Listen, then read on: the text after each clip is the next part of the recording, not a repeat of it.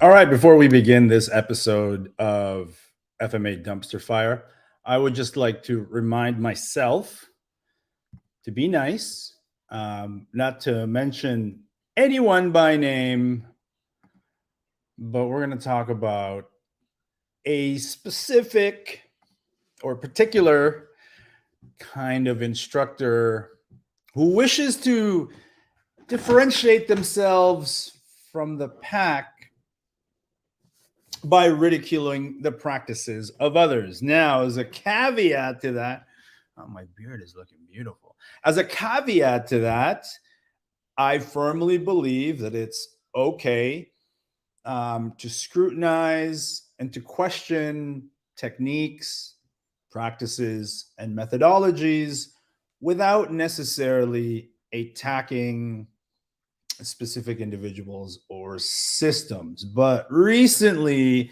I've been getting sent some examples of a kind of instructor who wishes to differentiate themselves from others, claiming superiority of methodology, not calling themselves this and that.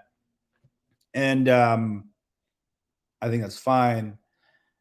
This video is dedicated to prospective students of the Filipino martial arts. Okay. First of all, that title is misleading. I'm not talking about me. I'm not talking about my methods are superior. That's not me. Right. In fact, what I always try to do is I try to prove the validity of my suspicions and my theories when it comes to Filipino martial arts training. And by doing that, I get my ass kicked a lot. And I think this is what I'm trying to get at. This is the important part, you guys. Whenever an instructor who appears to be young enough or able-bodied enough to propose specific techniques, methodologies, and systems to be superior, they ought to put themselves out there in the open market and test it, prove it.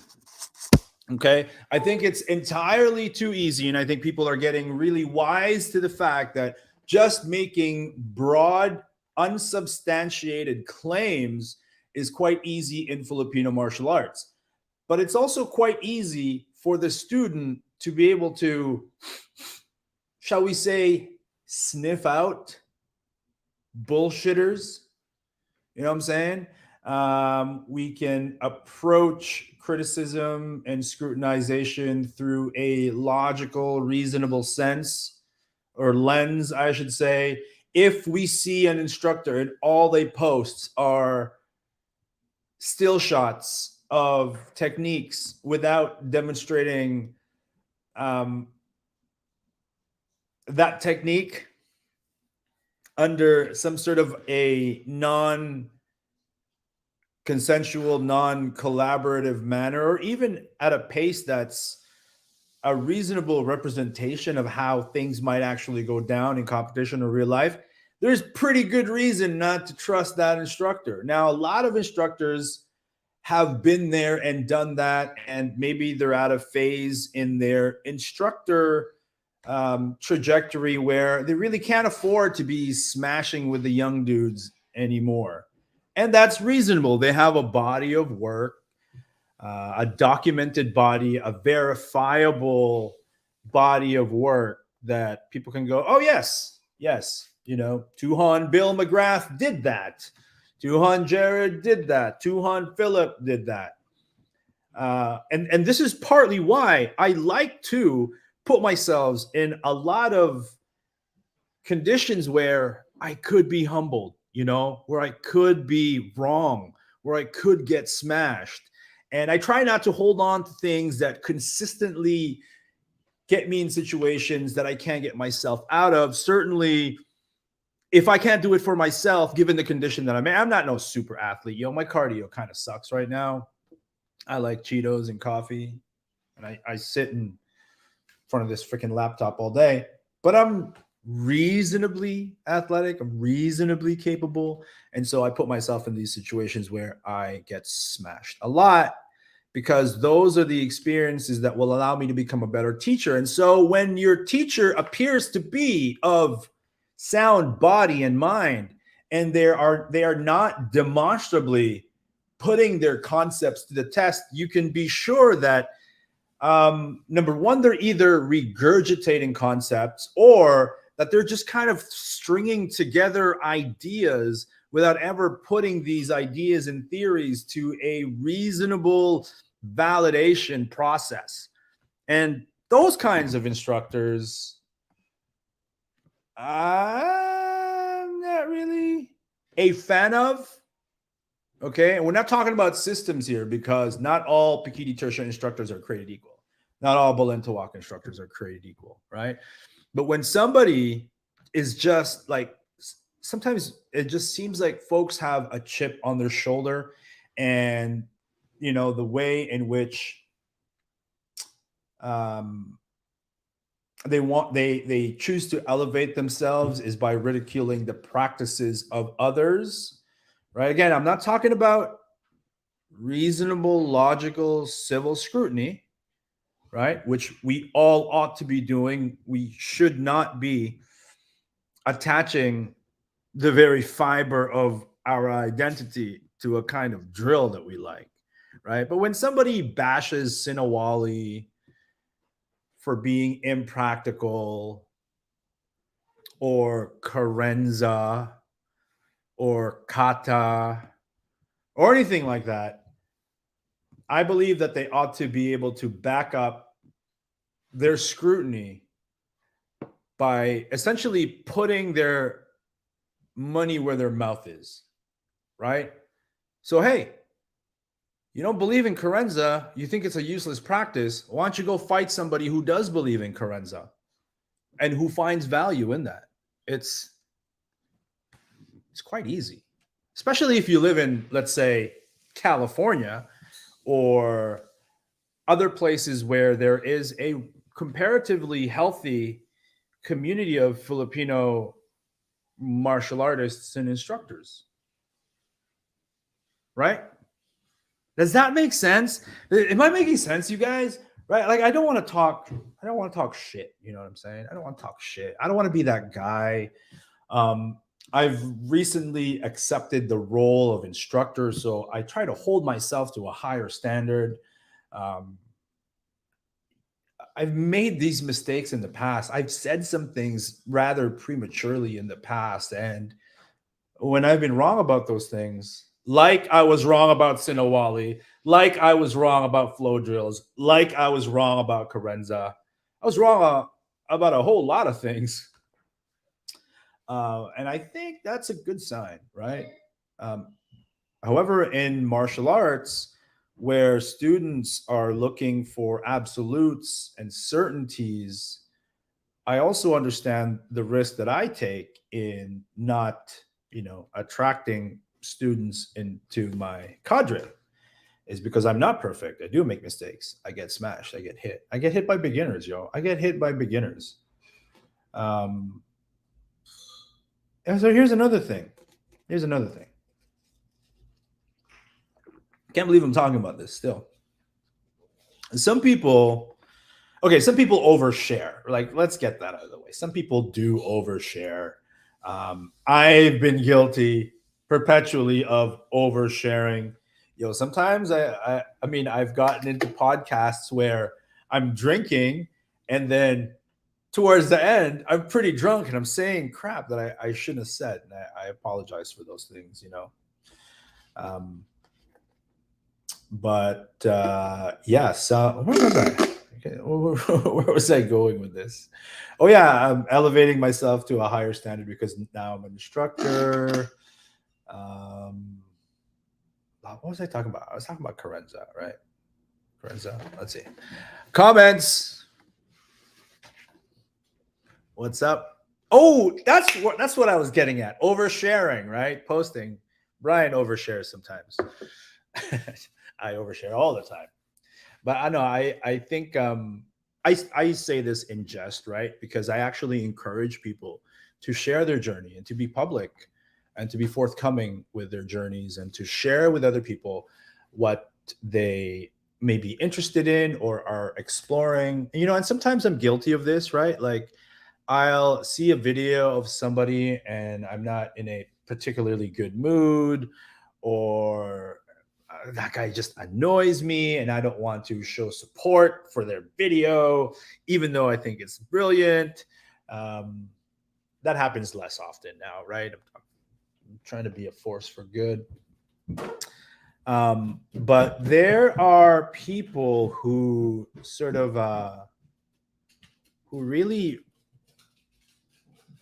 berate and insult people who share their Filipino martial arts, right? So here's the irony of that. If you make a Facebook post about how, look at all these people showing their carenzas and cutting tests and drills, they're looking for attention. The inherent irony of that is that you're calling them out in the very same way, using the very same platform that you're calling them out for. So it's kind of, what's the word I'm looking for? What's the word I'm looking for? It's silly. I think that, okay, I do understand if you're a little old school and you've been there and you've done that, and maybe you find little benefit in filming or sharing material, right? For me, if it's allowed, I film all of my matches. Whenever I can't sleep or I have an idea or I have a thought, I film. I go to my garage. Hypocritical. That's the word I was looking for. It's completely hypocritical for somebody to insult somebody who shares on social media using a social media post to insult them. Hypocritical. That's the right word too, on Jack. That's the one I'm talking about. But anyway, when I get an idea, I'm not a notepad kind of guy, right? I'm a video kind of guy. So I film myself. And when I get in matches, right? Or even when I'm doing an unfamiliar drill that I'm trying to really dig into, I film myself doing it with my students and other people, right? Because if I don't, then I trust something that is unreliable, which is my memory. And I am I'm opening myself to, what's the word I'm looking for? It's basically like I'm opening myself to falling prey to, like, liking the smell of my own shit, you know? Like, oh, I'm so good. I did that so good. I performed so well. Let me tell you guys from personal experience, man. I have fought in stick matches where I thought, whoa, I was really amazing. And that guy's higher level than me. I really got him good. Then I go home or I'm on my flight and I finally get to see the footage and I'm watching it frame by frame and I'm like, holy crap balls. I didn't realize he hit me there. That's where that came from. Or, oh my God, he got me in the elbow. So if you don't film yourself under conditions that where you can potentially fail, you're doing a disservice to yourself. You're purposefully kind of slowing down your own evolution for the sake of ego, right? Hola, Mr. Ormaza. What's up? Lex. Pinakatay system. Pinakatay system with your close range trajectory changes. I love it. I got to learn more about that. Yeah, question everything, but do it respectfully. So, yeah, that's the idea, right? But inevitably, we're human. So I could begin my disagreement with something in a civil way. If I get a response that is a little snarky, sometimes I find it difficult to just take the higher ground, to take the high road, and go, let that be.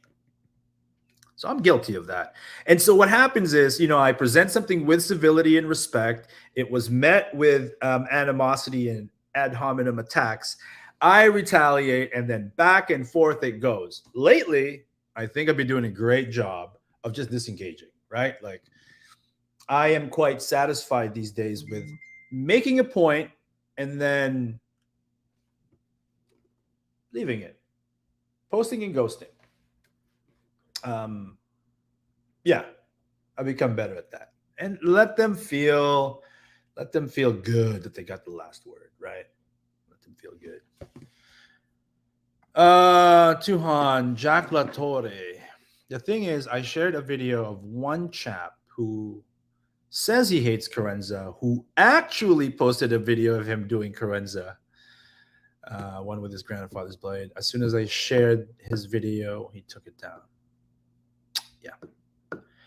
I mean, what can I say about that, man? Like, I am sure I've been guilty of the same thing, right? But the thing is, I don't hide it these days. I think it is, I'll share with you guys a quick story, right? I was at a wedding recently. I was talking with a distant kind of outside family member type guy who's a high net worth individual, does investing and, capital venture crap. And I like talking to these people, and I like asking them questions. I like to interview them, because when do I ever get that opportunity? So, I asked him to give me this piece of advice, and he gave me this one that was like, okay, that's really good. And he goes, the biggest mistakes are cover-ups. Think about that. I just want to make sure I got that right. Which reminds me of another friend of mine, Britt, who is the president of CERT, which I wish I had a CERT pistol in here so I can show you what a CERT knife or a CERT gun looks like. And his piece of advice was good news fast, bad news faster, right? That just means that you want to share the good news with the people that you work with, in your community. But when there's bad news, you got to be forthcoming with that. The bad news has to come really, really fast. Communicating the bad news should come really, really fast so that you can rally the support of the troops and get all hands on deck, and then you can reach a solution much better. And the reason I'm saying this is because, Tuhan Jack made this comment that, somebody had criticized him about Carenzas, and then there ended up being a video of that person who criticized Carenzas doing a Carenza, and so he took that down. And now it seems like even a bigger issue, right? Like, good news fast, bad news faster. Try not to be hypocritical. Try not to be, right? Like, we're all gonna go through these moments, and we should, right? Like, anyone who is in martial arts for any length of time ought to be faced with the criticism of, hey, you're being hypocritical because you said this in 2001 and now you're saying this in 2024, right? Or there's a post of you where you said this didn't work and now you're teaching that thing. You're a hypocrite. I actually think that if you're in martial arts long enough and you don't get the criticism that you're being hypocritical, that could be an indication that you're not actually evolving, that you're not actually examining, other people's ideas, contrarian opinions, putting them to the test, and then making modifications to your own opinions and trading methodologies based on being wrong.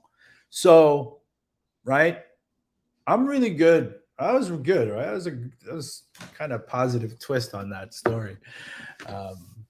But I hope you guys get my point. Who's this? I'm going to put it up there before yeah. We're all guilty of being human, but yes, I agree there is hypocrisy, something I've been trying to address in FMA. The Filipino term for it is nagpaparinig, or baiting through social media platforms. I either scroll down or hide post if I notice attention getters. Respect is always a must. Yeah, that's fine. On Facebook, there is an option. If you click on the three dots up top, there's an option to snooze somebody for 30 days. I've been doing that a lot. And that is because there are people that, I love, respect, support, appreciate, that I don't agree with all the time, right? So some folks can get, too political, too religious, too inclusive, too bigoted, whatever, right? They go through phases, and I go through phases where we are too something, but I don't want to shed that relationship. I don't want to dump on that individual. And so sometimes I'll just be like, you know what? I'm going to snooze you for 30 days. And then after 30 days of not seeing your posts, I will, when I see another post, and hopefully you're done that phase of whatever it is, vax, Trump, gun, LGB, whatever the thing is that you're just upset about that week, that would have passed, hopefully. And now we can get back to the thing that we liked about each other, and we can focus on these things, right? What the hell, man? What do you mean trim my beard? What the hell? What do you mean trim my beard, bro? I just need to take care of it better. I'm not trimming my beard. Fuck. Dude. Grow a beard, Justin, you little baby faced dude. You don't see food in my beard. You don't see food in my beard. I don't know. Maybe there's food in my beard. What are you, my wife, bro? It's like something my wife would say. Why are you staring at my beard? You mean being an egotistical fraud? Oh, that's what we were talking about. Yeah, people who propose superior methodologies. Now, wait a minute. There are superior methodologies.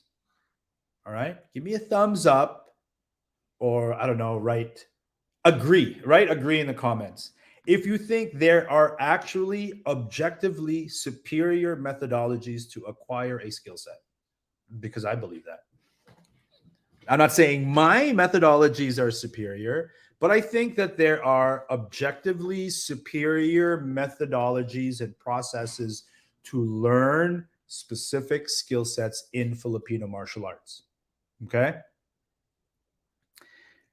But we ought to define what superior means, right? Like, does superior mean the fastest way to learn something? Does superior, or under what conditions can we actually validate superiority, right? And that's a tough one. That is a tough one.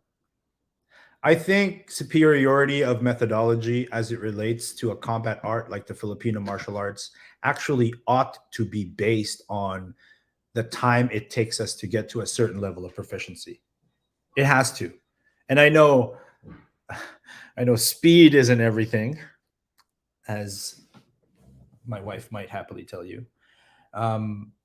It's not how fast you can get something done that ultimately matters. But when it comes to self-defense and combat, I think it is a major factor. How quickly can you take somebody with little skill to a level of proficiency where they can execute a task, right? Recently, I've been obsessed with getting good at double stick fighting because I've avoided it for so long. And this is always the case with me. I suppose I procrastinated with double stick, but in the last couple months, I've hyper focused on double stick. And then as I was going through that, I validated my methodologies by teaching my students and seeing how quickly they can progress in double stick. And I think they've, comparatively speaking, progressed incredibly fast, incredibly fast, given that their instructor in double stick is just a beginner in double stick, right? But I have these theories on how to do it, and I shared some of that in an earlier video. But anyway, what were we talking about? Oh, there we go. Yeah, people agree. What's this? What's up, Roberto Pagan? Roberto Pagan, you are like a weird guy. because you're like a hippie. I don't know if anyone ever told you that. You're kind of like half hippie, half like conservative. It's pretty gangster, actually. I like it. I like the nuance, bro. I like the nuance, right? Like the artistry. Agree. Thank you. Shout out, Fight Dad. I think it's relative to the student, depending on how that student learns and processes information. Yeah. Okay, so Brian Kanata, I think what you're talking about is superiority of methodology is relative to the way in which a student learns. That's inarguable, but that is a slippery freaking slope, right? We can get into postmodernistic, everything works, nothing works, and blah, blah, blah. And I support that. I support that, actually. I support that there is enough truth in that that we can't just invalidate it. But I also believe in objective superiority of training methodologies, which is difficult to really prove or disprove in martial arts training, right? In fighting. Really, really difficult. It's almost like you can say something like that. You can say this comment right here, and you can say everything works and nothing works, and everything is relative and everything's contextual, and the environment dictates tactics, and blah, blah, blah, blah, blah. Those things are all absolutely true. They're true. But those are statements that cannot be disproved.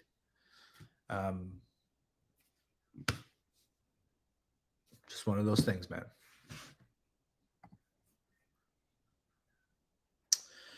Absolute or relative proficiency, it cannot be absolute.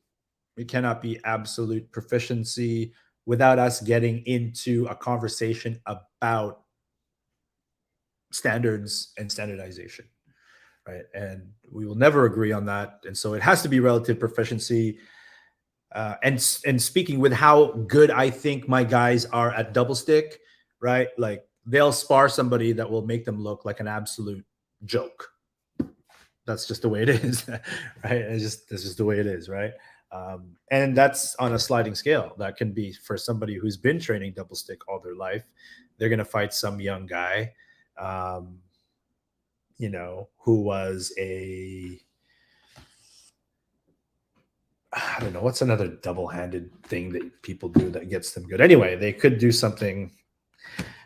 They could be matched up with somebody who's just like athletically superior, who's never trained Filipino martial arts, just picked it up like last week, and they can get smoked in a match. So yes, relative proficiency. Sure.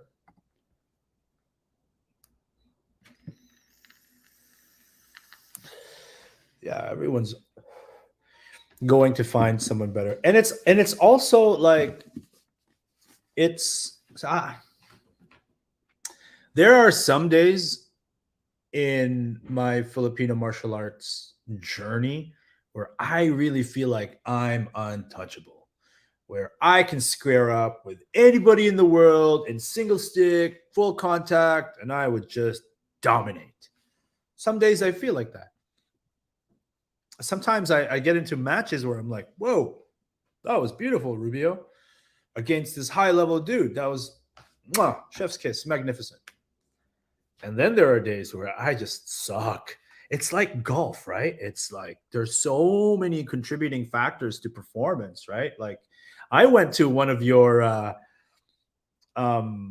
sparring events where I hadn't slept the night before. I had friggin' like diarrhea, and I had to modify, and I felt like I sucked. But then I looked at the footage, and I'm like, actually, I did okay, but I felt like I sucked.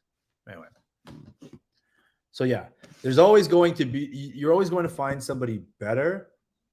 But I think when you reach a level of like really understanding what the dynamics are of stick fighting, I think there comes a zone or range of time in your trajectory where it's just like anything can happen that day. It's like golf, right? Like why, like even someone like Tiger Woods, who at his prime, consistently won championships, he didn't win all of them, right? There's still this X factor, like not feeling good that day. And sometimes that's just how we wake up. Sometimes that's because of, we're worrying about life stuff, like we're worrying about bills or relationship problems or health issues, anxieties and insecurities. And we're just not at that optimal zone where we can matrix the crap out of that moving stick and just seem like we're untouchable. And I think this is why, Justin, I think this is why there are so many folks out there who don't subject themselves to even like spar. Yeah, you didn't know that? Watch that video. Like, you know me, like I jump around, I move, I'm quite agile. If you watch those fights, I pretty much like stood there. Once in a while I would bounce around, but mostly I was just like, I was just doing that. Yeah, it wasn't good. It wasn't good. But anyway, what I was saying, right? Relating to this, what he wrote is that, man,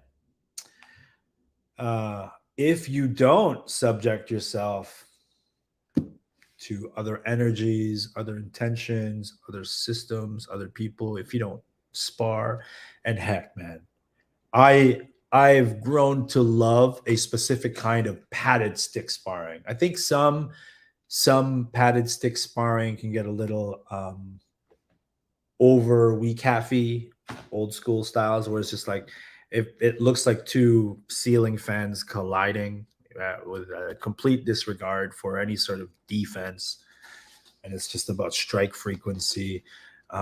Even like padded stick sparring, right? Maybe you're old, maybe you've got chipped elbows and kneecaps from rattan sparring all those years. There's still a tremendous value in, for example, first blood, first strike, first clean contact, padded stick matches, right? Because even though the dynamics of padded sticks means sometimes the stick can whip around defenses, or you develop training scars because you don't respect the pain penalty. I think all of those things can be circumvented by a little bit of mindfulness. And so single stick padded sparring, love it. Love it, love it, love it. Some days I just don't feel like getting hit, you know what I mean? And I'd rather go hard and fast with padded sticks, right, than slow and soft with rattan sticks. Does that make sense? Does that make sense? I'd rather go hard and fast with padded sticks than go soft and slow with rattan sticks. There's a value to all of it. But if you have an instructor, right, who is physically fit, perfectly capable, and they don't spar, not even their students, no good. But now I got to address something else. Instructors who only spar their students, thinking that their students are actually trying to get them. Oh boy. I've seen this. And actually have one of my students who at first was like, just refused to hit me. And so I have to like really systematically break that down, right? Because if you have a student who just refuses to hit you because of some old, traditional martial arts idea of like, you don't hit your instructor, then you're going to stop progressing. That said, I once trained with Grand Tuhon Leo Gahe, and he was showing me some, takedowns and locks, and I fully threw myself to the technique. I gave no resistance whatsoever out of respect, but also respect for, the man is in his 80s. Like I'm not really. If he wants to take me down, he will take me down. Not because I resisted, but because the counter would have been disrespectful and painful, right? So sometimes you let your instructor show. But if your instructor says to you, come try to hit me, or let's spar, You as the student, number one, you need to understand whether or not that request is sincere. And if it is sincere, try your best to hit your instructor, right? And I'm fortunate, man, because I'm surrounded by instructors who I look up to who do this. Who do this.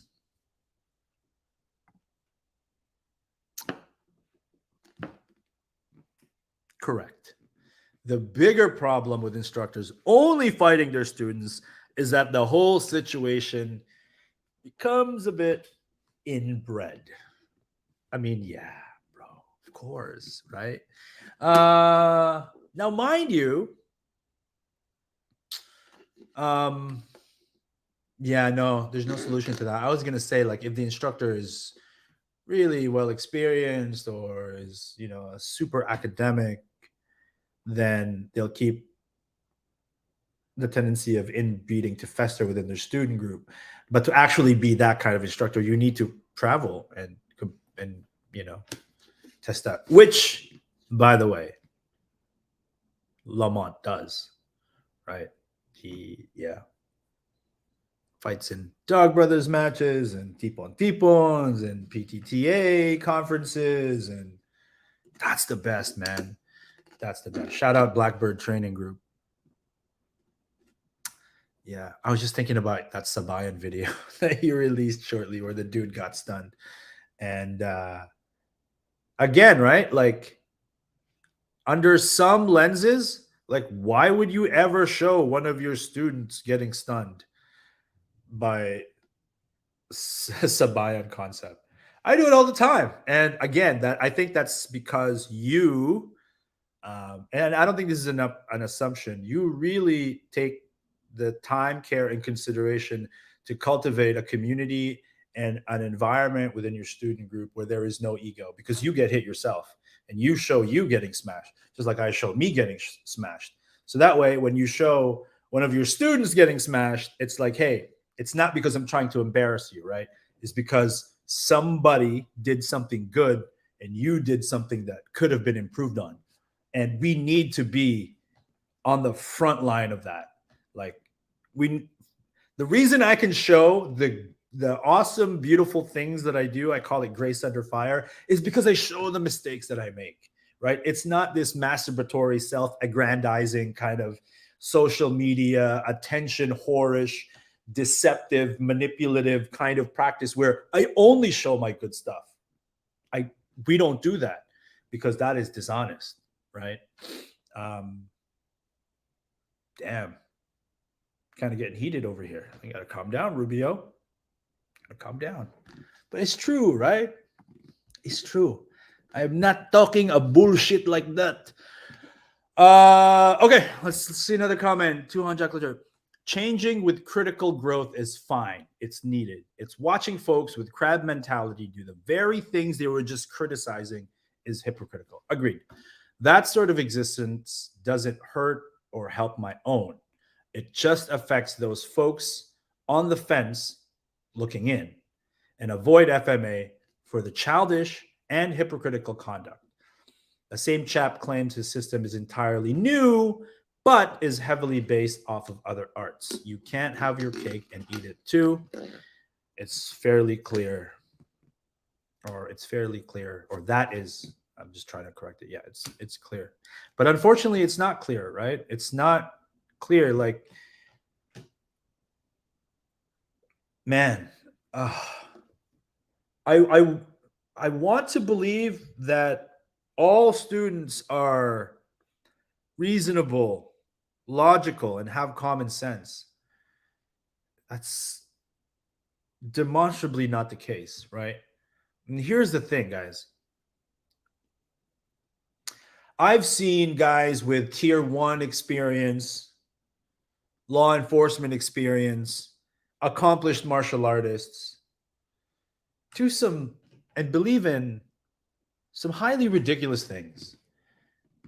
And on that same token, I've seen somebody who practically has no martial arts experience approach the martial arts with just logic and common sense. So there is no common denominator, right? And this kind of appeal to authority, I understand it, I get it, but it's quite shallow, even when I do it, right? Like there are some things that I've taught military or law enforcement professionals that I'm quite proud to share. Let's put it that way. Right? It gives me a sense of validation that they believe in what I've just shown them, that they see the logic in that. But on that same token, there are some folks who would defend irrational and illogical concepts simply because their buddy who's a Delta thinks it's cool, or their buddy who is a cop thinks it's all right.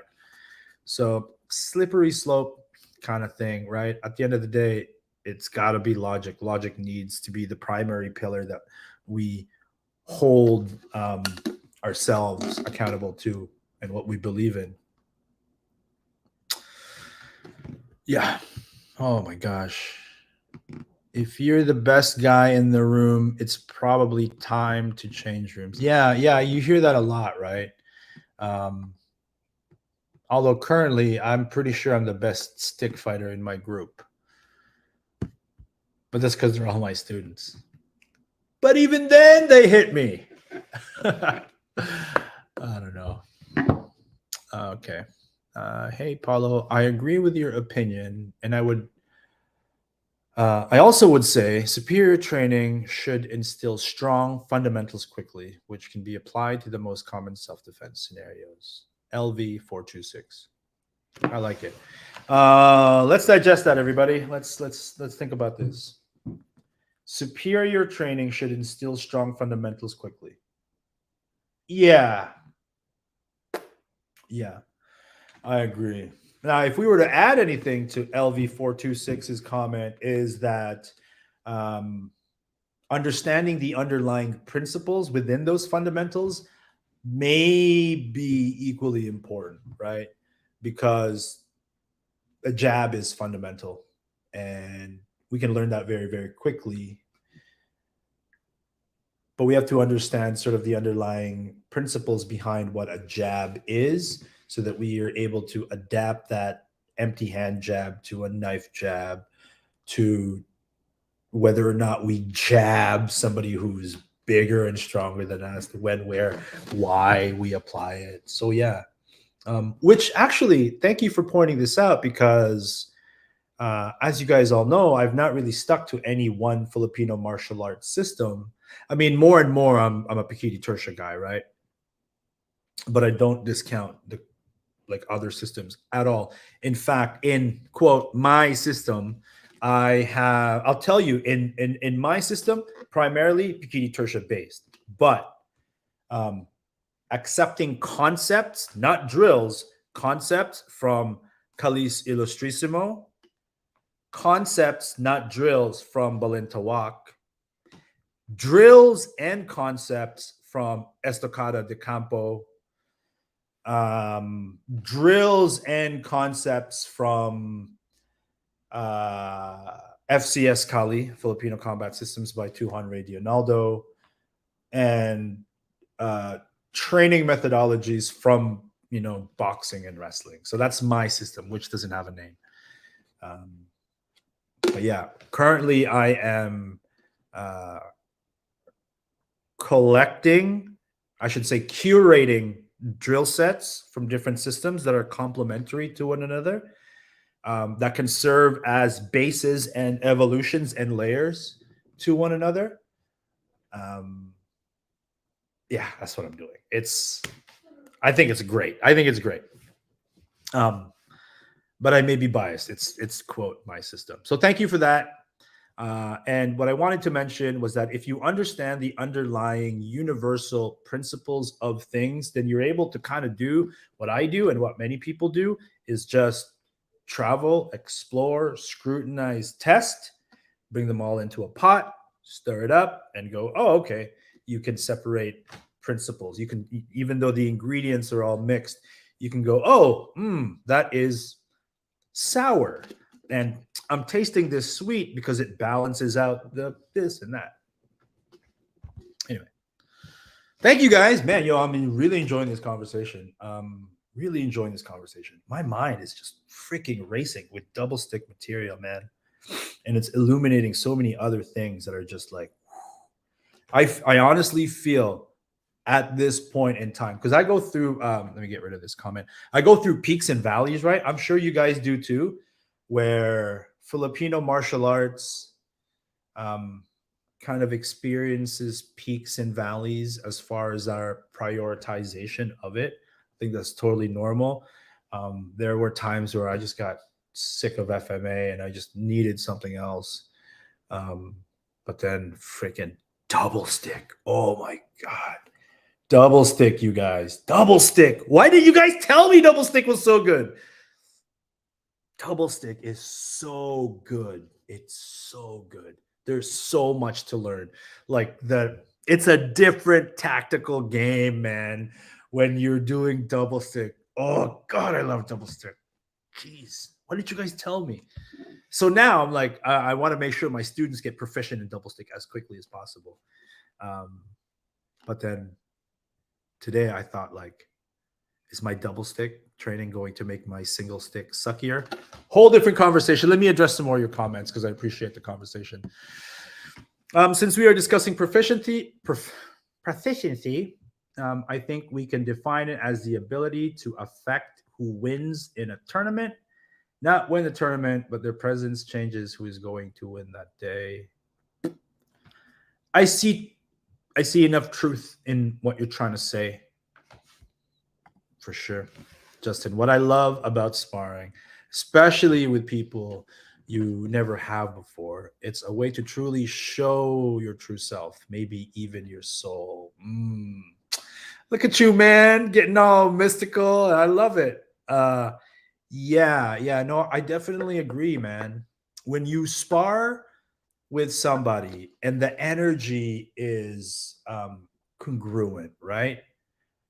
Meaning to say, yeah, we want to challenge each other. We want to demonstrate each other's skill and superiority of that moment. Yeah, your true self does come out. Like, I get that. I get that. Certainly, I like to think that when people spar me and when people spar me and they kind of know who I am, they will identify a congruency between my character, who I am as a human being, and what I do when I'm sparring with somebody, right?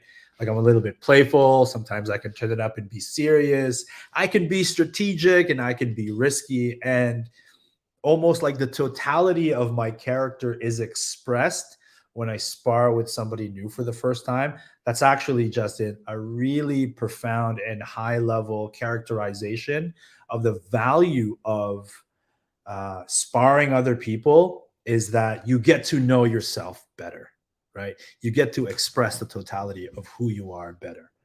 And I think that's beautifully put, man. Beautifully said, right? And going back to people who don't do that without, just dissing them, is they kind of, in a way, prevent themselves from seeing who they really are, from what they're truly capable of doing under that framework, under that context, right? And then later, I think in this podcast, we can address some of the potential training scars of, stick sparring, which exists, right? Because I always say this: people who are like always combatively minded, who avoid sparring because of the potential training scars, they're dumb. Oh, sorry, I don't mean to say that. No. Because you definitely can develop bad habits and training scars from sparring, but that's if that's all you do is sportive sparring. Like if there is no balance in your practice, right? But other than that, if you avoid sparring, especially avoid sparring other people, yeah, I think you just rob yourself of opportunities to be better. And again, you don't need to go all Dog Brother Z hardcore all the time, man. Like once in a while, depending on what you got to do, and yeah, all that good stuff. The bigger problem instructors only finding students is always make you inbred. Your students need to push you as instructors so the instructor can improve. So many people say this crap, and not enough people demonstrate or really understand how important this statement truly is.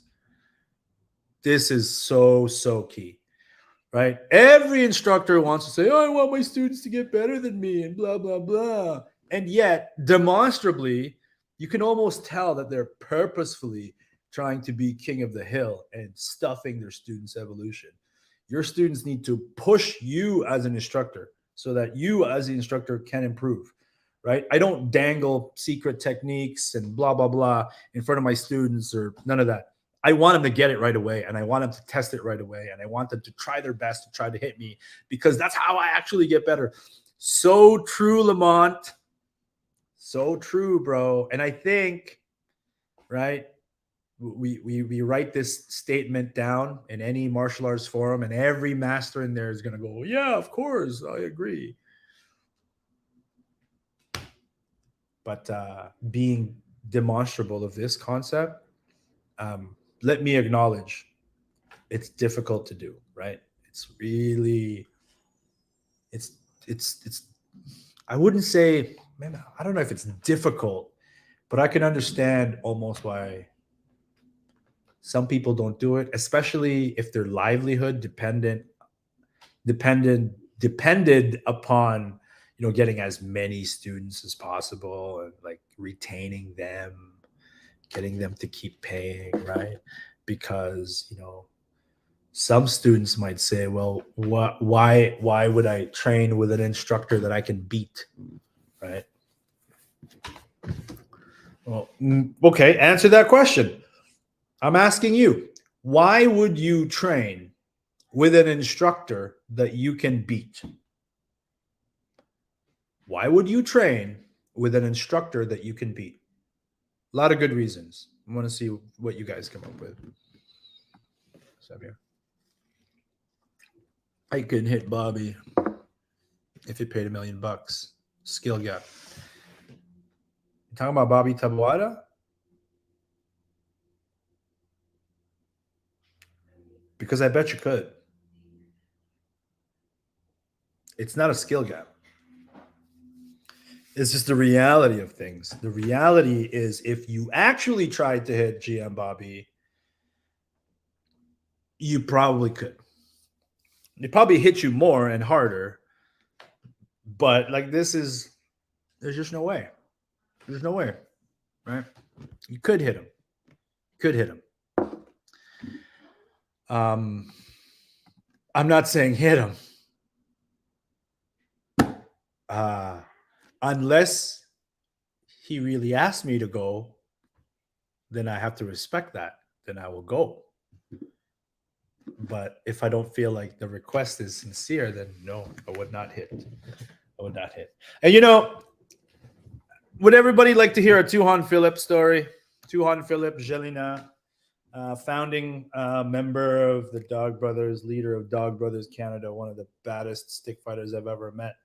So he was a co-headlining instructor at the PTTA Asia conference. He was in his 60s at the time. Last day of the conference is sparring day for those who are testing and those who want to spar. And so some people asked Duhan Phil to spar. And he sparred them. And he did really great. Like, he laced some dudes. Like, just, it was beautiful to see. This guy's in his 60s. And then after the conference was done, he and I were, having lunch in our hotel in Manila. And I was like, Tuhan Phil, do you think maybe some of those guys weren't giving you their all? Like, they weren't actually trying against you? Because I asked these questions. And he was like, not sure. But he wanted them to. He wanted them to give it their all. He couldn't control whether or not they did. But just the fact that Tuhan Philip said, if he's going to spar, he expects that the other person is going to try their best to the degree of which the platform allows, right? Like, I'm not talking about throwing sand in his face and then double groin stomping him. But I just really respected that from him. Really respected that. And so this is what we're talking about, right? This is what we're talking about. You know, your students, even though they have a level of respect and reverence for you as an instructor, when you ask them to really try to hit you, they should really be trying to hit you. Love it. Okay. By the way, I'm just, if you write a comment, I'm going to bring it up. And sometimes I won't even read it. So you can insult me and I'll just be like, Paulo is an idiot. What? Okay. Sorry.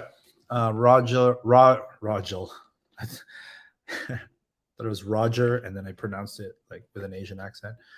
Rogel Alcantara. Shout out here, Bihasa Martial Arts and Armas Martial Arts here in the Philippines, Santa Rosa, Laguna. Salute to you, brother. Salute to you. Bihasa. Bihasa and Armas. Santa Rosa, Laguna. Cool, man. I hope to see you. Have you tried? I don't know what you mean. Have I tried to what? To hit? Oh, yeah. Well, that's the difference, of course. Yeah, okay. All right. I don't get enough. Yeah. And some people just don't live in an area where there's, you know, a big FMA community for sure. There we go. You guys are lovely people. Why no Balintawak drills? Why don't I borrow drills from Balintawak? I don't like them.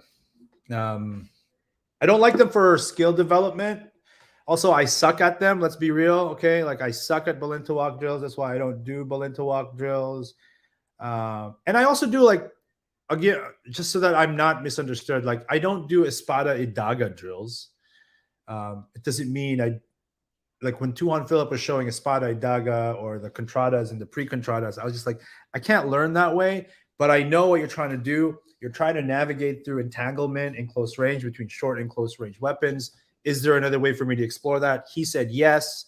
And so I'm exploring Balintawak concepts without doing the grouping system, which, again, I'm a fan of it as far as I really love that it exists, and I really love that it's a tool used to promote the Filipino martial arts, because those people who love and do the grouping system, I must say, it's quite impressive to watch, and I know it's a lot of fun for people to do, but it's just not for me. That will likely change one day when I do explore it, but for now, I take Balintawak concepts without the Balintawak drills. My actual Balintawak instructor is Coach Steve Dinamo, who did a version of Balintawak that didn't really have the grouping systems. It's a little bit messier, not as pretty, but it still has the close range engagements, traps, and disengagements, and the snappy returns, just without the the prescribed grouping system.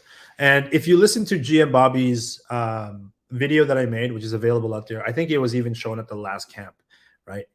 You guys really need to listen to what GM Bobby says about the grouping system and about Balintawak. Just watch those videos, pay attention to what he says, and sometimes read between the lines.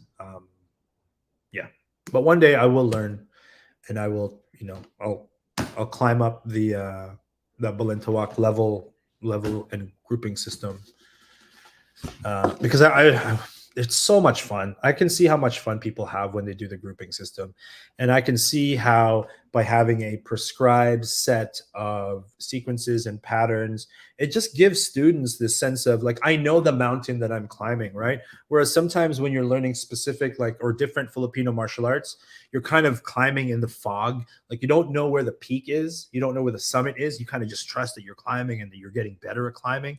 Whereas Balintawak, it's clear skies. That's the peak. These are the expectations, and this is the way we climb to the top.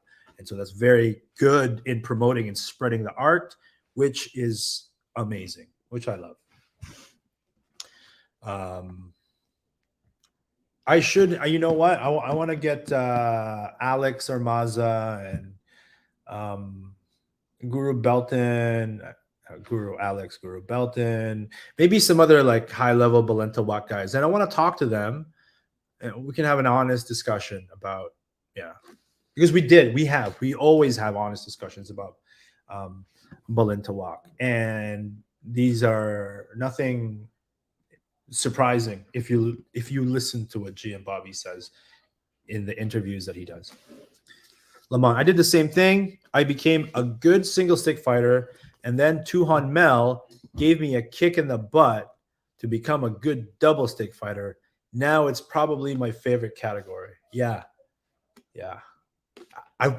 Man, did you see my video earlier today? Like, I wonder if being a good double stick fighter makes us less good at single stick fighting. I think it might.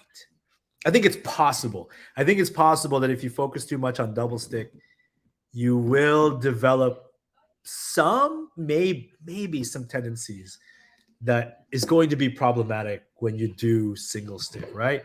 Because like doing stuff like this, right, makes sense in double stick. Boom, angle one, roof or outside payong, right? But extending that left may be cool for, if we're in close and we're looking to overhook to trap that weapon bearing limb, but it could be like bad because we're presenting our target. Anyway, that's a whole different conversation. Does focusing on double stick fighting actually make your single stick fighting worse? Because again, the prevailing thought is that it's going to improve your single stick fighting. But I want to explore the opposite theory, which we should be open to. Like, ego doesn't matter at that point. It's too late. You're in it. Ego stops people from getting into that spot. But once you're in, you are in. Yes. Absolutely. Sparring. The hour when death is like a light and blood is like a rose. You never loved your friends, my friends, as I shall love my foes. The hour when death is like a light and blood is like a rose. You never loved your friends, my friends, as I shall love my foes. Yeah. I can see that. I can see the connection. I don't know G.K. Chesterton, but I'm sure he was talking about the enemy. But yeah, relevant to sparring too. Why not? Hey, GM Yuli Romo. Yes.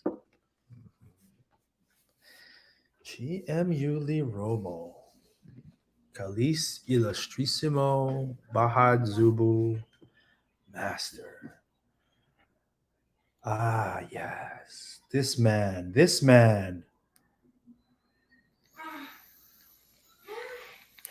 I saw a video of GM Yuli Romo move and his expression of, man, I don't want to get in trouble. His expression of Calis Illustrissimo is the best for me. His personal expression of KI concepts is just incredible, man. Just absolutely incredible. KI concepts. I love it. I think KI concepts could be a good system. KI, Calis Illustrissimo concepts, whereby you take the underlying principles and strategies in KI and just boom, express it in a completely personal way, but perhaps in a personal way that resonates with other people, and boom, you've got a brand new Sister. But yeah, Jim Yuli Romo, extraordinary. And I was fortunate enough that one time, maybe he was bored, but he called me and we got in a long conversation and he demoed some stuff for me and really showed me some really, really interesting KI tactics. And I wouldn't necessarily say they're unique to KI because, like any good tactic or strategy, they manifest differently over time. So, I mean, those are, Piketty concepts as well, but with this KI confidence. I like the confidence of Calisi Lustrissimo, that una polgada. Like, I love that. And actually, that's a huge part of my sparring, right? Like, my distance management is, I think, pretty good. And my distance management is pretty good because I get hit a lot also, right? Like, oftentimes the best home run hitters also have the most strikeouts. Let's put it that way. You really got to put yourself to the test and do some pretty ridiculous risk-taking stuff to be able to get good at those particular skill sets, distance and proximity management specifically. Sparring starts with being focused on your opponent, then becomes about yourself through reflection, and ultimately becomes a level of communication. There's truth in all of that. I wonder if that order is necessarily correct for me.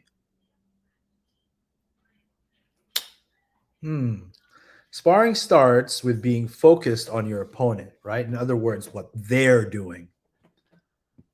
And then it becomes about me, what I'm doing and what I want to do.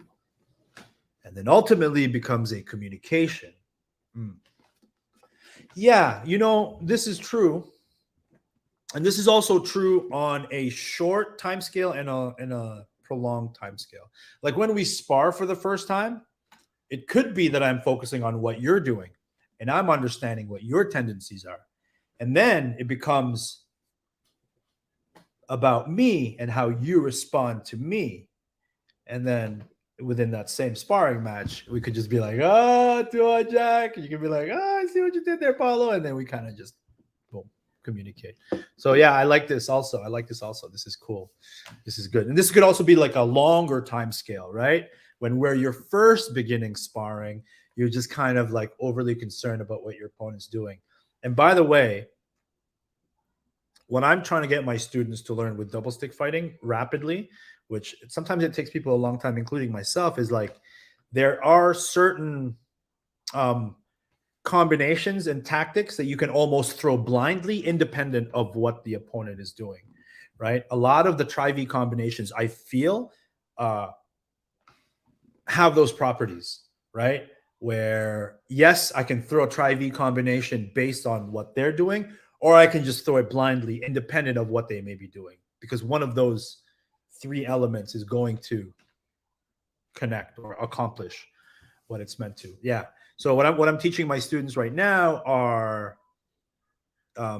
specific entries that are offensive and defensive in nature that they can just throw, because I think this is an issue when people first start sparring. Is I don't know of anyone who started sparring and didn't believe they were a counter fighter. I'm a counter striker. I'm like, yes and no. I really just think you're being a pussy and you don't want to throw first, which happens a lot, right? A lot of people think they're counter strikers, but it's just like they kind of just don't have the strategies to be preemptive, to go first, which I think is in double stick particularly. Going first, being first in double stick is absolutely essential. Well, anyone who fights double stick and is, been at it for a while, would you guys agree with me that going first, being preemptive in double stick fighting is like more than half the battle, right? Drawing out premature defenses, clearing obstructions, and then hitting. I think principally that's all you really need in and I'm oversimplifying it, of course, but going first in double stick, right? Drawing out premature defenses, drawing out responses, right? Addressing those predictable responses with some sort of a defensive or counter offensive measure, right? Boom. So, like, more than single stick fighting, I think double stick is an exercise in this kind of three-stage chess match where it's actually the third move that I want, right? It's actually that third move that I'm setting you up for, right? I preempt, boom, I see your reaction. I react to that reaction, which sets me up for the checkmate. And I think that's what double stick is. That's my theory. Anyway, not my theory, but you know what I'm talking about. So validate me, guys. Like, that's got to be it, right? That is what double stick fighting is. And more so than single stick fighting, although of course that also exists in single stick fighting, and more so than empty hand fighting, even though that does exist in empty hand fighting. I think double stick really highlights that that strategic structure of draw them out, deal with what they do, and then smashy, smashy. Alvin, Guru Alvin, how are you? Many teachers clutch to their reputation too tightly. Yeah, you know, understandably so. I get it. Sometimes reputation is all we have, you know. So I understand that completely. But you know, like Mike Tyson had a reputation, and that reputation isn't who he is now. I don't know what I'm talking about. All right. Yeah, could Tyson beat Cuss? Yeah, for sure. He might be a better coach than fighter, and that's fine. Yeah, absolutely.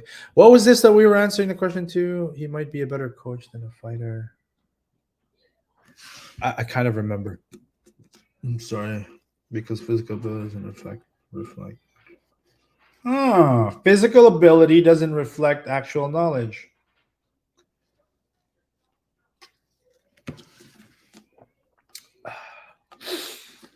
Again, one of those things. There's enough truth to it. I could argue it. I will be right. You could argue it. You will also be right. But there's enough truth to that. Yeah. Yeah, for sure. You can hit any master can be hit, man. Any master can be hit, right? Any master can be hit. Let's I know when I do spar my own students, Tuhan Jack, I know when I do spar my own students, I try to be mindful of their hands since their livelihood depends on their hands being intact. Yeah, of course. So when we spar, because I'm an editor, you're going to take it easy on the hand hunting? Is that what you're saying? I get what you're saying. Yes, they should invest in gloves with protection commensurate with the desire to. Yeah. Man, you know what sucks though? That Red Dragon Armory stuff. I used Jason's because the last PTTA conference, I actually didn't bring any equipment. I didn't bring my own mask. I didn't bring my gloves. I didn't bring any sticks, just because I didn't want to check in luggage. Then, of course, Jason gives me one of his super dope training knives, so I had to check in luggage on the way back. Should have just checked it in to begin with. But yeah, that Red Dragon Armory glove, I found some on Amazon. I was about to buy it, and then I think they were like $90 Canadian, which is reasonable. And then the shipping from England was like $74. So I was like, oh God. I hated that. So yeah, and my hockey gloves have been getting so worn that even the protected stuff, I think it's just gotten wet, and smushed and hit that it doesn't really offer a lot of protection, especially the tip of the thumb, right? Like, yeah, which is what I like about the Red Armory, Red Dragon Armory, is that they have like the plastic covering over the thumbs. GM. We must to train from one to another Filipino arts to become a good, honorable fighter, defender, individually. Yes. I think I know what you're trying to say. We must train from one another. Yeah.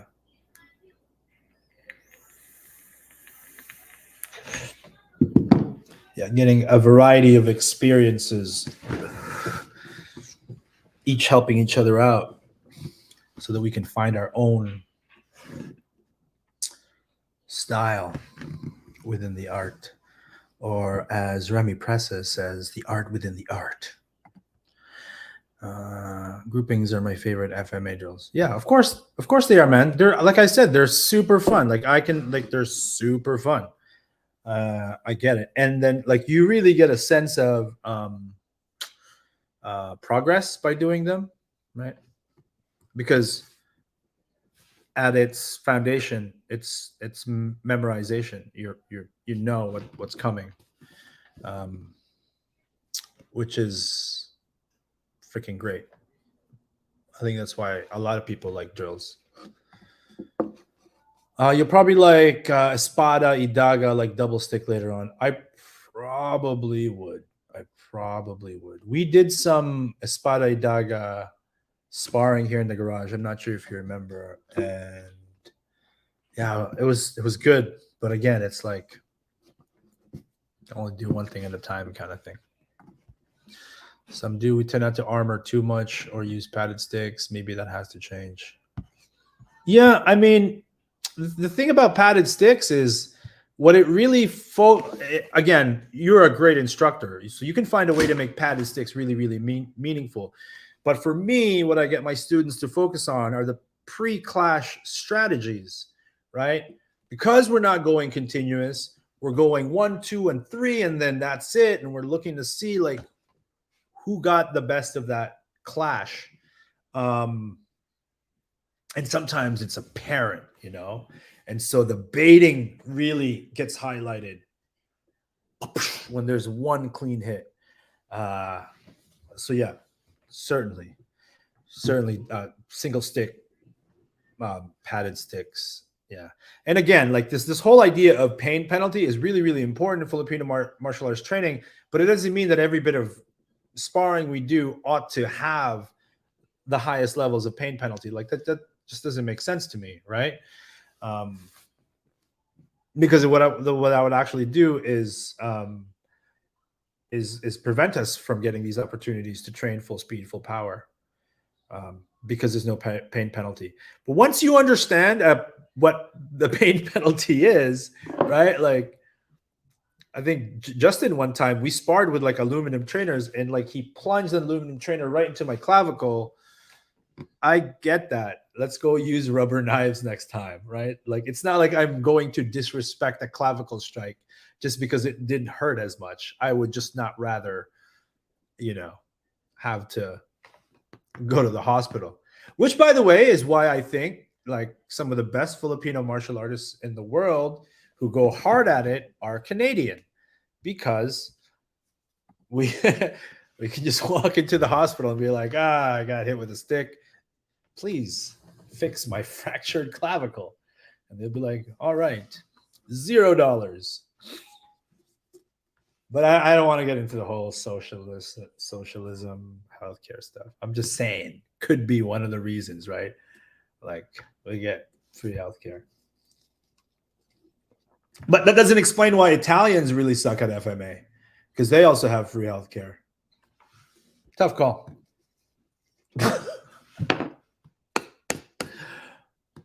Oh. Not all Italians suck at FMA, but all Italians who do FMA think they're the best. Come at me, Italy. I'll be doing a seminar there in the fall. I'm such a dummy. I don't really mean that, but some people listening to this will kind of understand that there's a tiny little grain of truth to what I'm saying about FMA practitioners in Italy. But again, I mean, those people, we know something. um, Nick Merchant, what's up, homie?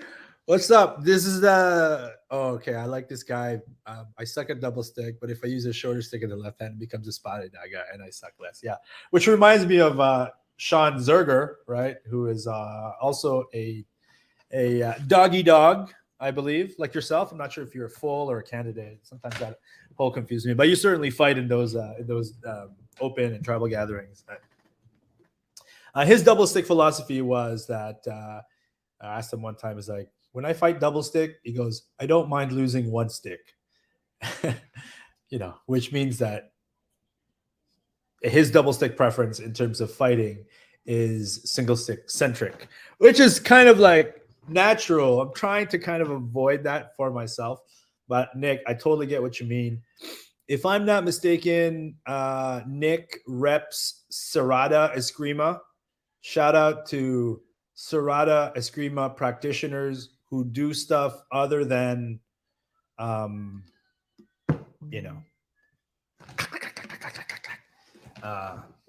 shout out. And on that note, shout out to modern Arnis guys who, participate in such things. And please don't find this as any kind of a disrespect, but y'all are rare, right? It's quite rare.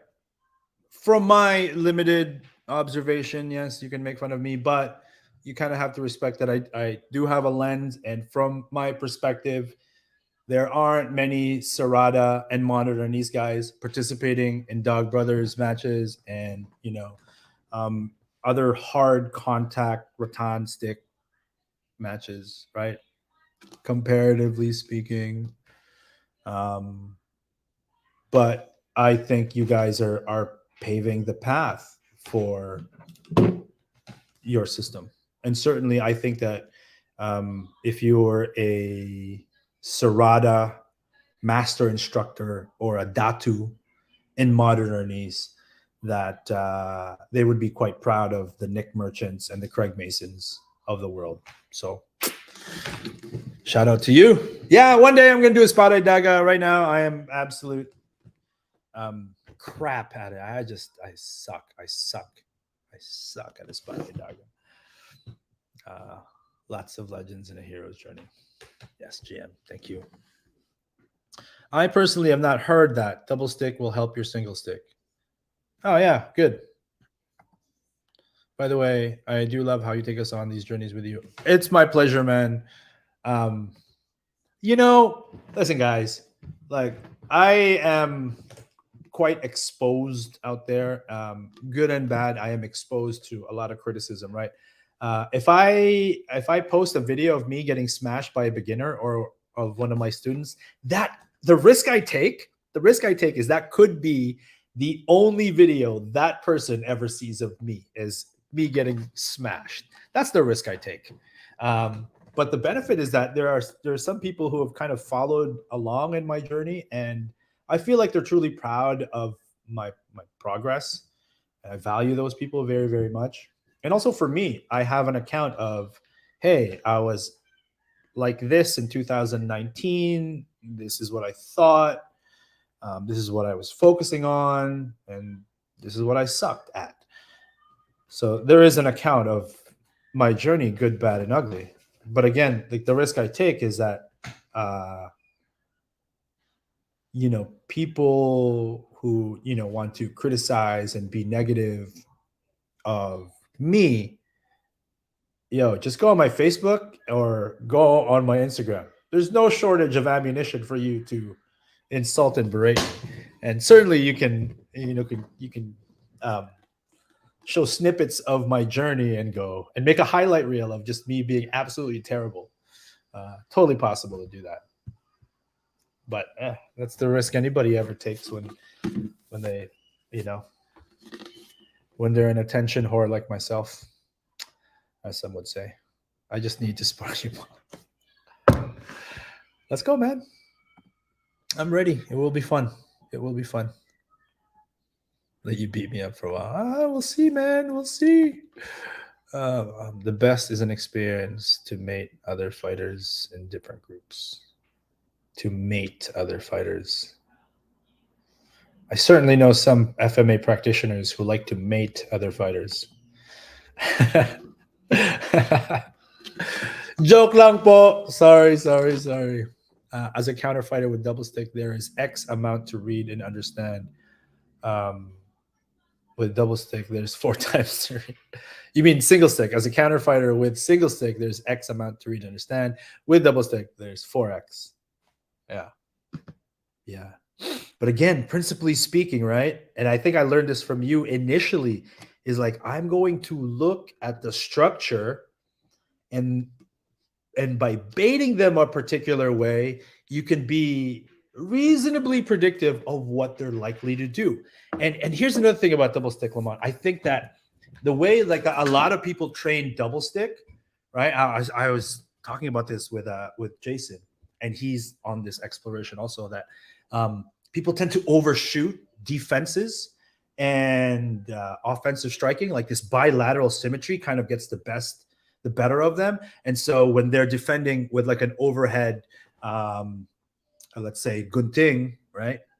Boom. Instead of one staying where it is and the other one redirecting, they tend to open up like that because of how they just typically train bilateral. Anything I can do from this side, I do this side, and we do this whole thing. So now it's like I'm trying to find methodologies that allow both hands to be going full bore, and then one continuing and one pumping the brakes. So that's my focus right now, is bilateral kind of task specialization. I don't know if you guys, if you find the same thing. Like, that's a huge tendency, is overshooting with double stick, overshooting defenses, or you're left falling asleep, right? Because we're so used to single stick, and our left hand is where it is, right? So those are the two kind of things that I'm trying to solve, is, kind of a passive alive hand, and bilateral symmetry that causes kind of overshooting of defenses and striking. So I'm learning to pump the brake, right? One hand could be doing one thing while the other one's doing something completely different. Kind of like, this, right? Yeah, that kind of thing, philosophically speaking. Beginner sparring is like the equivalent of someone who's scared to speak. They become good listeners or loudmouths. Look at you, Justin, coming out with these gems, bro. Beginner sparring, like the equivalent of someone who's scared to speak. They become good listeners or loudmouths. That's a good one. That's two profound things you said today. Dope. As a counterfighter in single stick, there's X. Oh, there you go. You made the correction. There we go. So, all weapons fighting is about opening and closing lines, single stick or double. Yeah. These oversimplifications are good to a degree. They're good to a degree. Yeah. Dexter, who appears to be a Mason. When I sparred someone, we made a deal not to hit the knees because it was all fun, and he was a Taekwondo black belt, and I must make sure you can still teach classes. Yeah, for sure.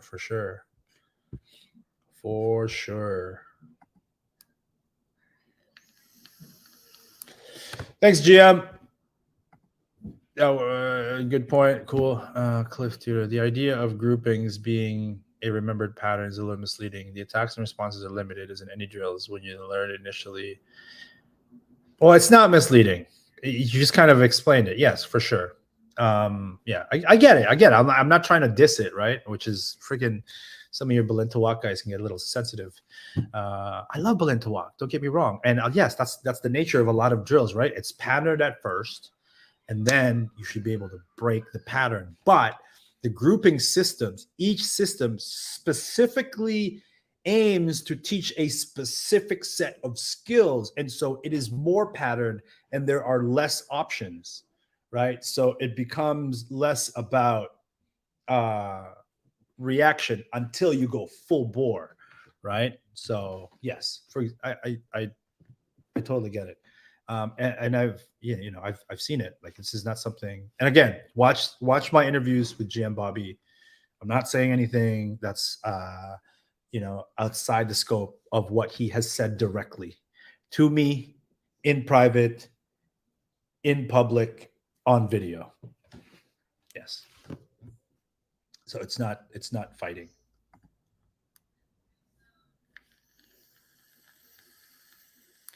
Oh shoot, I can't copy and paste that. This is a video. Oh, okay, that's good. Swordgear.com. A bit bulkier, but their longevity seems to be better. Do you find groups that don't spar try to steal students from other groups more than those who do? I think you're referring to a specific individual, which I won't. These are sometimes private conversations.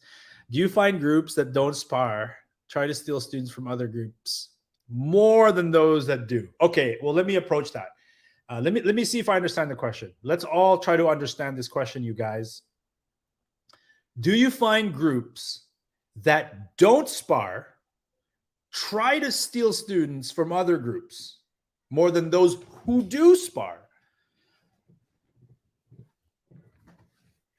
Yes, and I'll tell you why. And I just want to make sure everybody understands this question.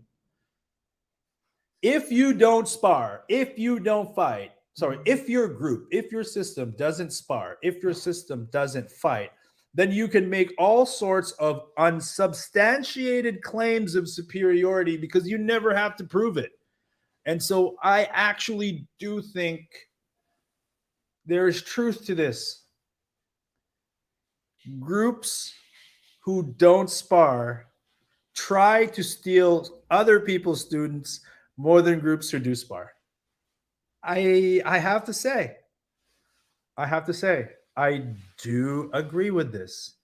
I do agree with this, especially groups who spar, like your group or my group. And when we show sparring, it's very easy, right? Like, Justin, this is like the risk that we take as two instructors who show us sparring our students and us sparring other people, is that another instructor can go to that video and look and say, look at that. You see, Justin did this when he should have done this. That is a rookie mistake. Justin is not a good instructor. You come with me, I will teach you the way. But they don't spar, so that criticism can never be validated or invalidated. Yeah, you're right. You're right. Kai? Yeah. Who's in the kitchen? Me. Oh, sweetheart, can you do me a favor? Can you grab Daddy? You know what? I'm just gonna get it myself. Guys, hang tight.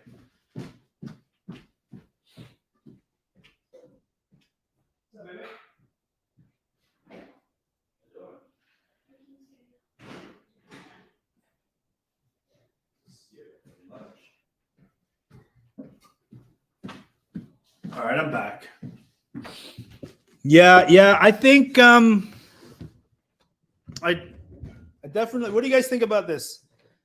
And by the way, if you're going to answer a question with a comment, try to refer to what the question was, because I've been asking a lot of questions, you guys, and so sometimes I'll read a comment that says yes, and I'll be like, "Frick, what question were you answering yes to?" So right now we're addressing this. And by the way, leave your comments and questions and all that cool stuff, or just say hello. Man, I'm loving this podcast, you guys. I'm loving the discussions that we're having here. I love it. I love this. Sometimes podcasts can be a little bit non-interactive, I suppose, which is weird because I don't have a co-host or a guest. You guys are all my guests. You guys are all my guests right now. You are all my guests. Your comments are making me think. Thank you. Oh God, dang! I love FMA. FMA is so good, guys. FMA is so good. Everybody should do it. So we're talking about this. Do you find groups that don't spar are more likely to steal students from groups who do? Yeah, yeah, yeah. Absolutely, abso-freaking-lutely. Sensei Emmett, if we were perfect at all times, we are doing something wrong. Growth happens when we suck. I'm not sure, Sensei Emmett, if you're purposefully trying to insert sexual innuendos in this chat, but if this was purposeful, that growth happens when we suck. I like you. Thank you for this comment. Growth does happen when suction is applied. But yes, yes, I know what you're saying. Absolutely. Ryan Hoover, right? Growth is in discomfort. Yeah, absolutely true. Growth is in discomfort. Absolutely true. What's up? What's up, Parker? Parker. It's not the you getting smashed. It is the honest self-discovery and love-hate with FMA. Yeah. That's a great idea, brother. Breaking down a double stick applied to empty hand. Yeah. Super. I want to talk about Sinawali applications for empty-handed knife, by the way. Yes. Thank you. I think they were really great videos, man. I was quite honored to document it, and the fact that so many people have seen it. I think millions of people on the Aperture Fight Focus page as well. So that's good. I'm really proud of that. I love your video with Instructor Zero. Yeah, a lot of there's a lot of stuff in development with my knife work involving some of the cognitive drills with Instructor Zero, kind of inspiring me from his previous works. But yeah, I wanted to talk about, what should we talk about? The transferability of skill between double sticks and a wally and empty hand. I think there's two ways that we can approach this, right? Like Sinawali as a concept versus Sinawali as a series of patterns both have transferability to empty hand applications. One simple idea is, this motion right here could be, or sorry, to knife, somebody has trapped my knife there. I can use kind of Sinawali to counter trap. I think the patterns of Sinawali are really good for illustrative purposes on how to untangle ourselves from some of really awkward, like entangled positions that we can find ourselves in close quarters fighting. That being said, I don't know, like, I think boxing is superior. I think boxing is superior to any kind of panantukan out there.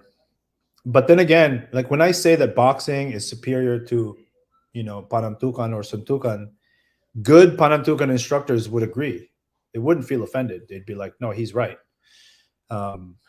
Because that's what people tend, good panantukan and suntukan kind of instructors kind of understand that it takes a lifetime just to master, jab, cross, hook, uppercut, ways to challenge that.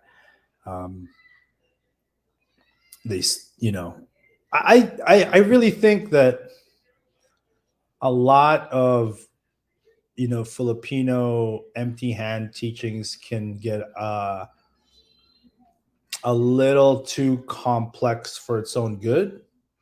You know what I mean? I think where fundamentally panantukan or dirty boxing concepts can immediately be integrated into boxing are the different guards that they employ that expose elbows and um, you know, structure to incoming empty hand attacks. But all of this other weaving stuff is can be taught a little too prematurely, and it's fun to do, but functionally speaking, it's really quite difficult. And I actually think that where a lot of the Panantukan Sinawali concepts lend itself really well to empty hand is once the initial exchange of energy collapses into an entangled position. I think that's where it can really shine. But doing all of some of the more intricate sequences, defenses, encounters at medium and long range um, doesn't it doesn't hold when it comes to a particular to a certain level of scrutiny. But then again, for self defense, we're presumably not facing elite MMA fighters. So just I don't know. I'm still kind of I don't know. I don't know. I don't know. I don't know about FMA Panamtukan yet. I'm not completely sold unless it's focusing on just friggin' fundamentals, not getting too complex. Another thing that I saw was like these kind of like short elbows where we're elbowing biceps that go into sort of elaborate locks into takedowns. I don't know about those. I know they're fun. Whenever I train them or somebody showed me stuff, I know they're kind of fun to do. But it's like Dumog and like what are the other names for like Filipino grappling? Bunal? Is that it? I know there's Dumog. Buno? Is that it? Anyway, sometimes I see these like ground entanglements and submissions in Filipino martial arts. And it's like, yeah, they hurt. But what they're not teaching their students are, how do we get there, right? Like, I just find like a lot of FMA based ground fighting and locks is just, okay, look at this. He's in pain. I do this. He's in pain. I take out his eyes. He's in pain. And it's like, bruh, like, how do we get here? How do we get here with no resistance? What are the contingencies and back doors? And how do we flow from, this one technique to the next, given the three kinds of energies that we can receive from that position? You guys know what I mean?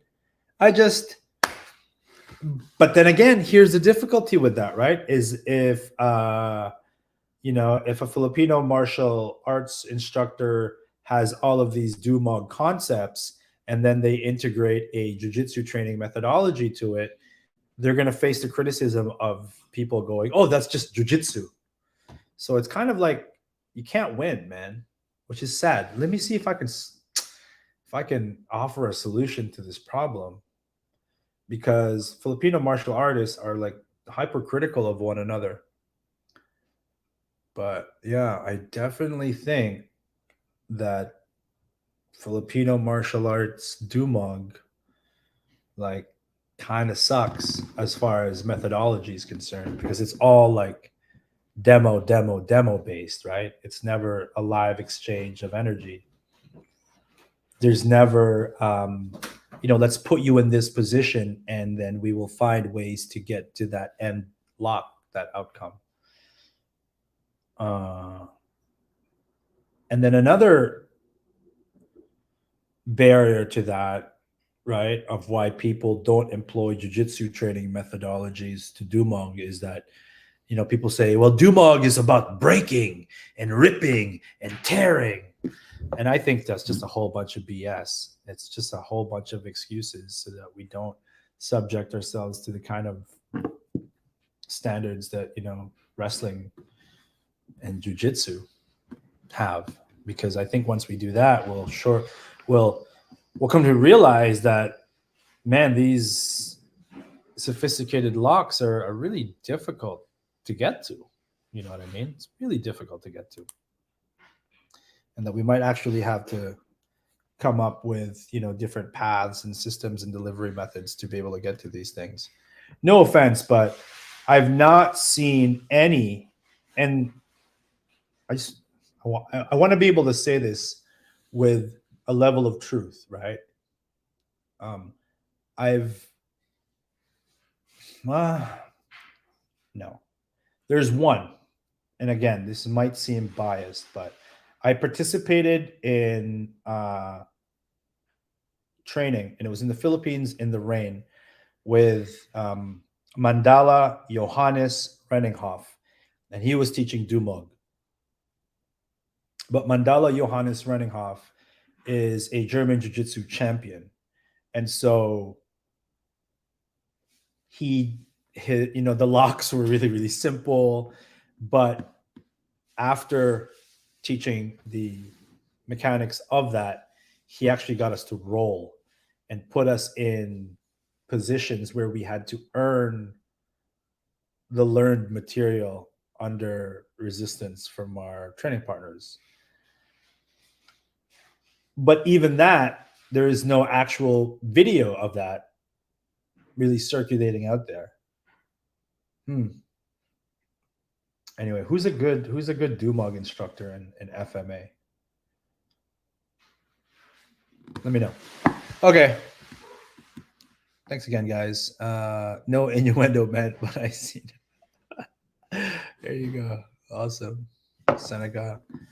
I think you'd like doing a video with Greg Souders. He does a completely games-based approach to BJJ that has greatly influenced how my weapons group in Austin works.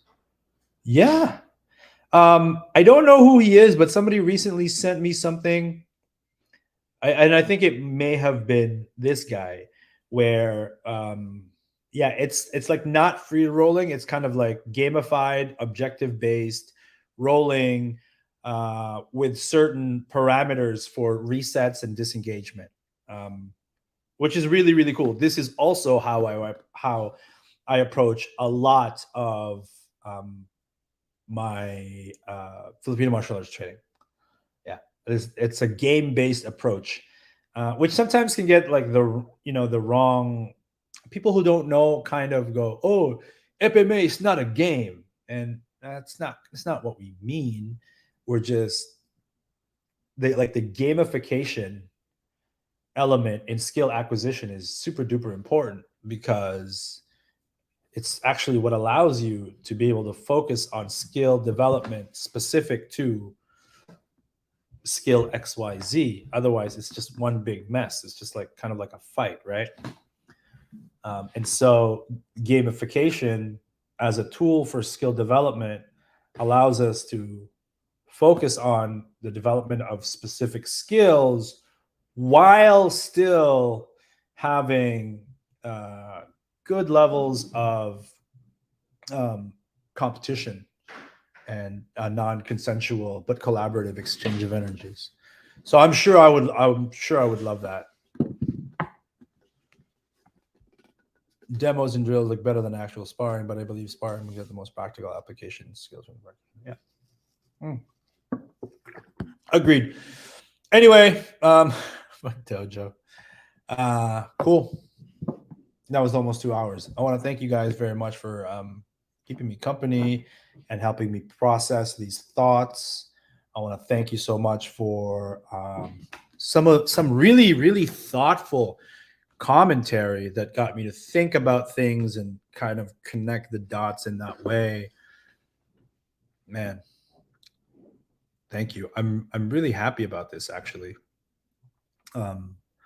As you all know, if you don't already know, FMA discussion has been temporarily disabled by Dean Franco, and it's making me so sad, to be honest with you. Yeah. So it's good that we can have a really, really cool, meaningful discussion here in this platform. Happy to talk with any of you guys anytime. Uh, thank you guys very much. And Dean Franco, if you're listening, okay, we get it, bro. All right. We're going to behave now. I'm sorry. Okay. Bring it back, bro, because I made some cool videos in the last week and I can't share it nowhere. We need you. We need you, Dean. We love you, and we love FMA discussion. Yeah. I don't know if you guys, I don't know if you guys knew that, but Dean's taking a little mental health break from all the Filipino martial arts dramatics. I told him, like, bro, that's gonna happen. We need to like. Cliff, thank you very much. Justin, Guru Justin, sorry, I'm not going to know all of your ranks, but thanks, Cliff. Thanks, Justin. Xander, you came in late. Seneca and Sensei Emmett, you guys came in a little late, but I appreciate y'all. Or Besso, Parker, much love. Yes, Mandala, Lamont. I don't know. I think you're higher than a Mandala, right? Is there like a Hagdans or Maginoos? Anyway, thank you, Lamont. Appreciate you, brother. GM Yuli, thank you very much. Dexter and Brian, thank you so much. I think I already said thanks to Orbeso and Nick Merchant. Appreciate you dropping in, brother. Tuhan Jack, I appreciate you. You kind of helped inspire the onset of what I wanted to talk about here. Guru Alvin dropped by for a second there. Rajel, appreciate you. Whoever the heck LV426 is, thank you. Fight Dad was in the house for a little bit.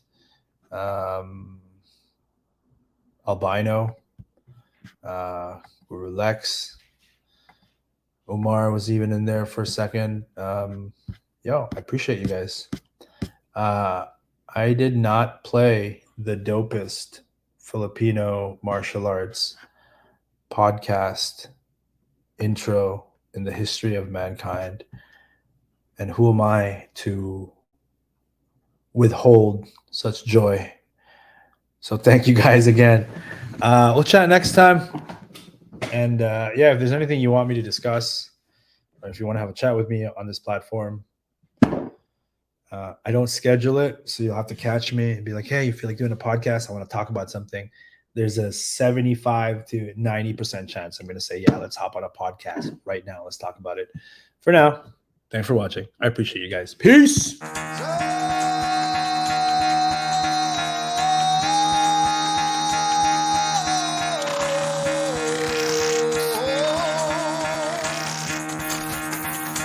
Get the fuck out of bed, bitch. Go.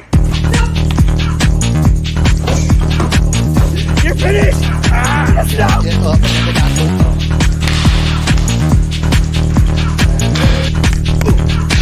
Gotta wake up, bitch. Get up. Oh!